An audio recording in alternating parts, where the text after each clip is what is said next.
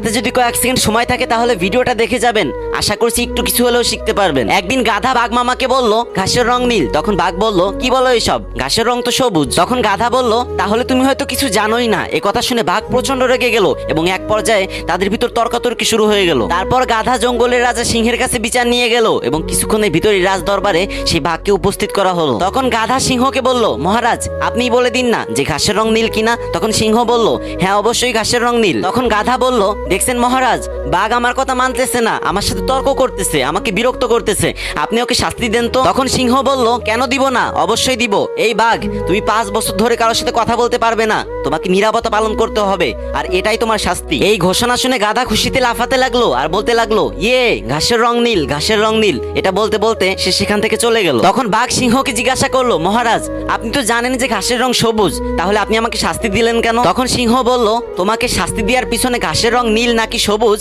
এই প্রশ্নের কোনো সম্পর্ক নেই। আমি তোমাকে শাস্তি দিয়েছি এই কারণেই যে তোমার মতো একটা বুদ্ধিমান সাহসী প্রাণী একটা গাধার সাথে তর্ক করে সময় নষ্ট করেছো, আর এর সাথে সাথে একটা বাজে কারণে আমার অনেকখানি সময় নষ্ট করে দিয়েছো। এই ছোট্ট একটা উদাহরণের মাধ্যমে আমি আপনাদের এটাই শেখাতে চাচ্ছি যে মূর্খদের সাথে কখনো তর্কে জড়াবেন না। একটা ভিডিও করতে প্রচুর পরিশ্রম এবং সময় নষ্ট হয় ভাই। যদি আপনি আমার ভিডিও থেকে কিছু শিখতে পারেন আর যদি আপনার মনে চাই তাহলে এই ভিডিওটা আপনার কয়েকজন বন্ধুর কাছে শেয়ার করে দিন ভাই। আর যারা আমার সাথে কথা বলতে চান অথবা প্রমোট চান কিংবা সাপোর্ট চান তারা আমার ইনস্টাগ্রাম আইডিতে মেসেজ করবেন। ইনস্টাগ্রাম আইডির লিংক আমার টিকটক প্রোফাইলে দেওয়া আছে।